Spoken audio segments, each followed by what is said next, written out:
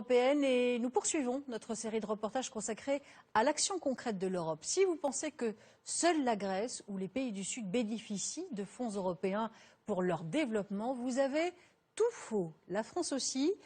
Pour preuve, voici l'Europe vue du Lot. Un reportage signé Anne-Sylvain Madi-Diawara.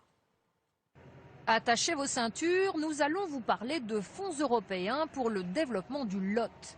Première étape, Figeac, puis Gourdon, mais d'abord Rocamadour, histoire de prendre de la hauteur. Question, le FEDER, vous voyez ce que c'est? Mais non, ça ne me dit absolument rien. Première nouvelle, c'est la première fois que j'entends ça. Ah, madame, peut-être. Fonds d'aide pour le développement, je ne sais plus, c'est des sous de l'Europe qui viennent dans les régions pour financer différents projets. Et c'est bien ça, au cœur du Lot, près de Figeac, nous voici à Wailot, une start-up très innovante. Ces jeunes chercheurs procèdent aux derniers essais d'un moteur révolutionnaire, hyper miniaturisé, mais pourtant plus performant, et c'est grâce au fameux fonds FEDER européen.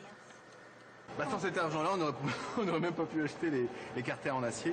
Donc, non, vous savez, quand on crée une start-up, au démarrage, on n'a pas beaucoup de sous, par définition. Une start-up a besoin de beaucoup de capitaux pour développer la technologie.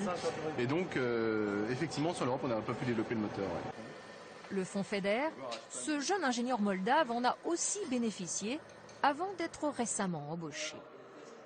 J'ai fait une thèse avant, c'était financé par l'Europe aussi. C'est des fonds FEDER. À 50%, c'était financé par l'Europe. Il y a 2 ans, Romain Raveau a commencé l'aventure tout seul.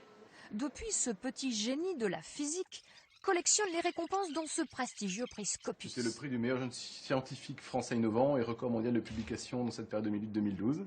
En quelques mois, il a embauché 7 personnes grâce à l'Europe et ce n'est pas fini, avis aux candidats.